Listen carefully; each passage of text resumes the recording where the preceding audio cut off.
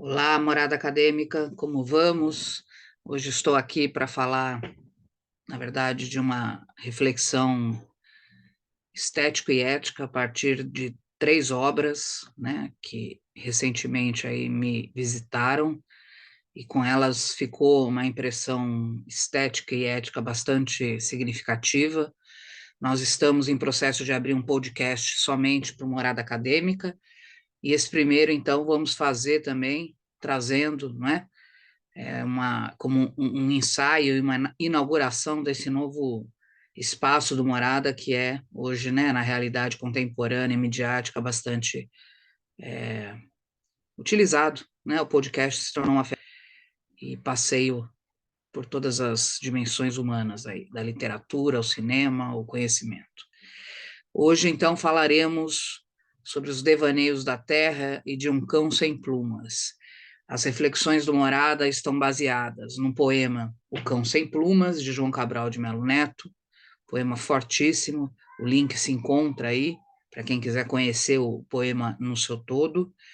O espetáculo Impagável, de Débora Coker, já peço desculpas, vou fazer uma errata durante o áudio. Em alguns momentos eu troquei o nome da Débora por Denise, coisas da Associação Livre, possível, me dou a licença poética para, com todo respeito, mas Débora Coker, que é considerada, penso eu, uma das maiores coreografistas e diretoras de espetáculos sincréticos no Brasil hoje, também, né, o nome do espetáculo Cão Sem Plumas, e a direção cinematográfica impecável, e aí eu tenho que fazer aqui uma digressão de Cláudio Assis, que para quem acompanha o Morada e também, né, a nossa paixão por cinema, é, no meu entender, também um dos maiores diretores hoje do cinema contemporâneo pernambucano.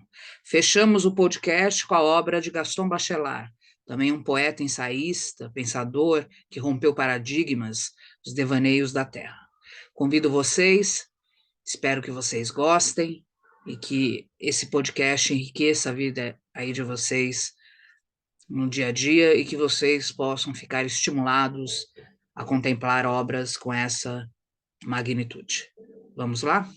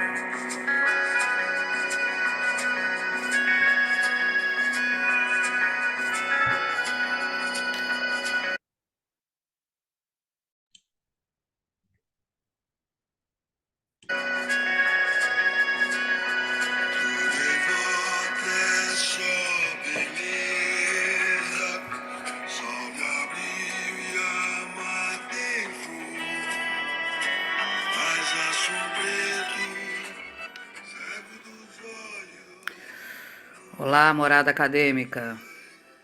Sejam bem-vindos ao nosso podcast semanal desse canal de conteúdo estético e acadêmico.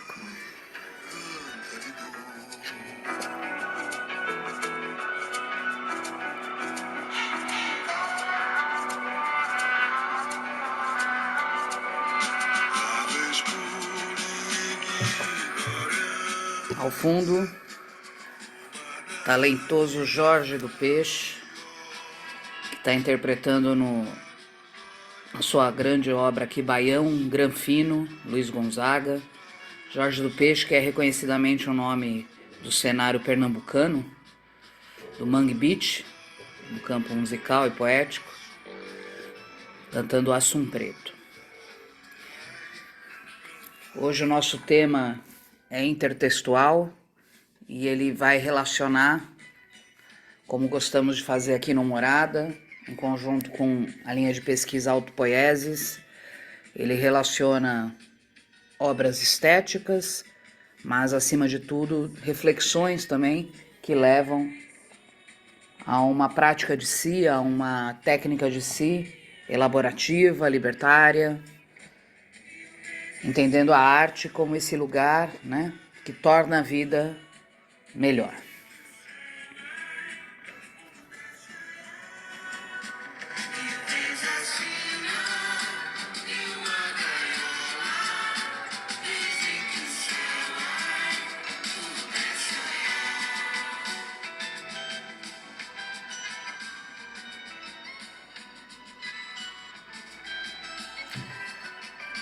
Bom, o gatilho dessa fala e desse podcast acontece a partir de um espetáculo que está agora, atualmente, no ano de 2023, no cenário brasileiro, de uma das maiores companhias, não é, de dança contemporânea, que é a companhia de dança da Deborah Coker, né? Uma companhia que faz 25 anos e que é reconhecida, não é, pela perfeição da sua estética, a força, né, também da mensagem estética sincrética que a Débora faz sempre questão que esteja presente nas suas grandes performances com seus dançarinos e bailarinos, que é a obra Cão Sem Plumas. Esse nome vem inspirado na obra de João Cabral de Melo Neto, um nome, né, bastante valioso para a cultura brasileira no âmbito literário, um homem que conseguiu, não é, reverberar a alma do homem sertanejo, das vidas secas, e é um poema, né, do João Cabral de Melo Neto, que Débora, então, de maneira bastante apropriada, não é? Ela diz isso em algumas das entrevistas que ela concebe, não é, para falar desse novo espetáculo, que ela conhece esse poema na década de 80 e ela fica muito impactada, né? Porque o poema fala da paisagem do rio Capibaribe, que aliás passa no fundo da tela do espetáculo o tempo todo, e fala também de algo que para ela vai chamar, né, da terra com espessura. Essa espessura, né, essa textura que vai estar muito presente também na obra, no espetáculo sincrético de Deborah Coker, né? E ela afirma, é um poema atemporal, portanto, né? Um poema que pode, infelizmente, inclusive nos dias atuais, ser reverberado no sertão brasileiro pela questão ainda, não é, da fome, da miséria, das dificuldades e das impossibilidades desses homens que vivem à margem, né? Desse homem sertanejo que vive à margem entre as contradições da terra e da água, do rio, né? Então ela se apropria deste poema de João Cabral de Melo Neto, constrói uma obra sincrética, ou seja, que trabalha não só com a dança de uma maneira muito elaborada, né, sincreticamente ali muito, e as performances muito perfeccionistas, que é típico, né, dessa produção dos espetáculos de Débora. E ela diz que ela vai explorar justamente esse universo, né? Então é um universo sincrético porque mistura, e ela fala disso, e eu como também cinéfila do cinema pernambucano reconheci notoriamente isso no espetáculo da Deborah Coker, que é o cinema de Cláudio Assis, esse cinema pernambucano mais recente. Ele está presente ali. Também está presente ali o Jorge do Peixe, musicalmente falando, inclusive, né, que está aqui conosco hoje, fazendo a nossa trilha sonora. Está presente Sebastião Salgado com a fotografia, né, com aquela ideia do preto e branco, né, né, a fotografia em movimento ali em vídeo. E a dança, né, as performances estésicas do corpo, que sem dúvida nenhuma são impressionantíssimas, né? O cenário que se monta e desmonta durante a obra, então já fica a indicação incondicional para que todos que possam assistir a obra Cão Sem Plumas, aí da Companhia de Dança de Deborah Coker. Vou usar um pedaço, então, do poema de João Cabral de Melo Neto, e aí eu fecho falando da terceira intertextualidade possível que me vem à cabeça, que é falar da questão da terra, né? Quer dizer, as duas obras, no fundo, resvalam numa coisa muito arcaica e primitiva, ancestral do humano, que é a nossa ligação com a terra, né? Com a argila, com essa terra que nos engole, com as raízes, né? E aí eu fecho, então, o nosso Morada hoje falando, pelo menos inicialmente, de uma obra de Gaston Bachelard, A Terra e os Devaneios do Repouso, ensaio sobre as imagens da intimidade. Então nós vamos juntar essas três grandes e magnânimas obras, dentro do espectro da dança, mas que é uma obra sincrética de Deborah Coker, o poema clássico No Cão Sem Plumas, de João Cabral de Melo Neto, e a obra filosófica distoante de Gaston Bachelard. Acho que com isso, né, conseguimos amarrar e chegar aonde o nosso grupo Autopoieses, dentro do Morada Acadêmica, tem tentado se fazer, que é pensar sempre a arte dissolvida e diluída no pensamento humano, um pensamento sensível humano. Então vamos ler um trecho de João Cabral de Melo Neto. Paisagem do Capibabe. A cidade é passada pelo rio, como uma rua. É passada por um cachorro, uma fruta, por uma espada. O rio, ora lembrava a língua mansa de um cão, ora o vento triste de um cão. Era um outro rio, de aquoso pano sujo dos olhos de um cão. Aquele rio era como um cão sem plumas. Nada sabia da chuva azul, da fonte cor-de-rosa, da água do copo de água, da água do cântaro, dos peixes de água, da brisa na água. Sabia dos caranguejos, de lodo e ferrugem. Sabia da lama, como de uma mucosa. Devia saber dos polvos. Sabia seguramente da mulher febril que habita as ostras. Aquele rio jamais se abre aos peixes, ao brilho, à inquietação da faca que há nos peixes. Jamais se abre em peixes. Abre-se em flores, pobres e negras como negros. Abre-se numa flora, suja e mais mendiga, como são os mendigos negros. Abre-se em mangues, de folhas duras e crespos como o negro, liso como o vento. Lisa e liso como o ventre de uma cadela fecunda. O rio cresce sem nunca explodir. Tem, o rio, um parto fluente e invertebrado como o de uma cadela. E jamais o vi ferver, como ferve o pão que fermenta. Em silêncio, o rio carrega sua fecundidade pobre, grávido de terra negra. Em silêncio se dá. Em capas de terra negra, em botinas ou luvas de terra negra, para o pé ou mão que mergulha, como às vezes passa com os cães. Parecia o rio estagnar-se. Suas águas fluíam então, mais densas e mornas. Fluíam com as ondas, densas e mornas, de uma cobra. Ele tinha algo, então, de estagnação de um louco, algo de estagnação do hospital, da penitenciária, dos asilos, da vida suja e abafada, da roupa suja e abafada, por onde se veio arrastando. Algo da estagnação dos palácios cariados, comidos de mofo e erva de passarinho. Algo da estagnação das árvores obesas, pingando 1000 açúcares, das salas de jantar pernambucanas, por onde se veio arrastando. É nelas, mas de costas para o rio, que as grandes famílias espirituais da cidade chocam os ovos gordos de sua prosa. Na paz redonda das cozinhas, ei-las a resolver viciosamente seus caldeirões de preguiça viscosa. Seria a água daquele rio fruta de alguma árvore? Por que parecia uma água tão madura? Por que sobre ela sempre, como que iam pousar as moscas? Aquele rio saltou alegre em alguma parte? Foi canção ou fonte em alguma parte? Por que então seus olhos vinham pintados de azul nos mapas?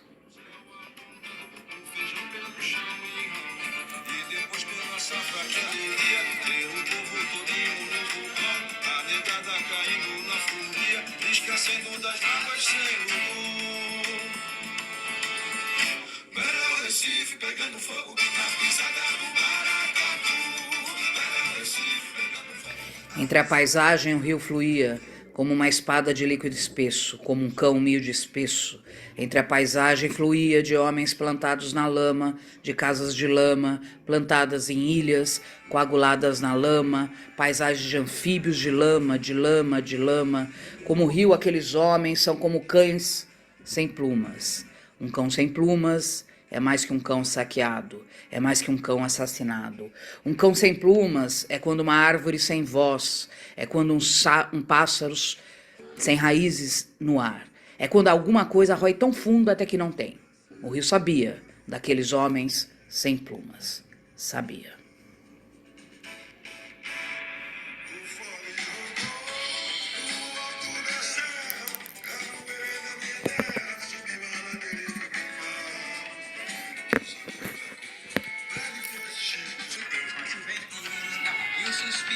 Bom, é um poema ainda que se estende por muitas folhas, mas acho que dá pra gente sentir a força do poema de João Cabral, não é? Que usa a paisagem do rio Capibaribe para ir falando dessas mazelas, mas ao mesmo tempo de uma beleza e de uma força de resistência desse homem sertanejo indescritíveis, né? E a própria obra também da companhia de dança da Denise Coker mostra isso na obra estética, né? Quando começa com aquela imagem do homem caranguejo, do rio seco, né? Da questão do árido, né? Da argila quebrada, da terra quebrada, e a gente vai avançando durante 70 minutos nessa obra, nesse espetáculo, vendo o rio se enchendo, os homens e mulheres fazendo amor, se pegando, as raízes, depois as favelas, o cenário sendo construído e desconstruído, a força dos corpos. Então tudo muito coerente, não é? E de maneira muito estésica, fundida com esse poema que é belíssimo. Então eu indico também que vocês leiam, né? Tem um trecho que me lembra muito até a questão do Nietzsche, né? É difícil saber se aquele homem já não está mais além do homem, né? Ao menos capaz de roer os ossos do ofício, de sangrar na praça, de gritar, né? Essa capacidade de resistência de ir além homem, né? Então, leiam, né? Eu parei na segunda parte, nós ainda temos a terceira parte do poema, que é a fábula do Capibaribe, enfim. Então, intertextualmente, não é, a obra do espetáculo da Denise casa muito bem com o poema. E aí, então, me direciono para a terceira parte do nosso Morada Acadêmica de hoje, que é relacionar essa força da terra, né? Então, pegando um trechinho do João Cabral e trazendo para junto do Bachelard, né? Depois o mar invade o rio. Quer o mar destruir no rio suas flores de terra inchada, tudo que nessa terra pôde crescer e explodir como uma ilha e uma fruta. E a obra, não é, da Denise trabalha muito com essa imagética da terra. Diz lá Gaston Bachelard, que é um filósofo que, né, foi importantíssimo na história da filosofia francesa, porque ele traz uma outra estilística, né, poética, é um ensaio, né, ele quebra um pouco aquela filosofia rigorosa que estava vindo na direção de Kant, pós-cartesiana, né? E Gaston Bachelard, ele traz a poética do devaneio, a redução fenomenológica, essa suspensão fenomenológica como um olhar, e ele faz isso diante as coisas mais ancestrais que nós temos, né? A terra, o fogo, o ar, né? E o espaço. Nesse caso, nós estamos falando da obra dele, A Terra e os Seus Devaneios de Repouso, né? Eu acho que é uma obra forte também, e ele começa no prefácio dizendo: a Terra é um elemento massivo apropriado para ocultar e manifestar as coisas que lhe são confiadas, né? Quando ele já começa aqui a falar, não é? Ele diz que a Terra fez o Homo Faber, né? Não como um instrumento, mas um homem, então, que é modelador, que funde-se com a terra, né? Com esse humus, e, portanto, ele exala a terra. Ele sustenta uma forma, ele modifica essa forma, seja pela imaginação, seja pelo lugar que vive, pela flexibilidade ou não dessa dureza material, não é? A terra, ela é matéria, né?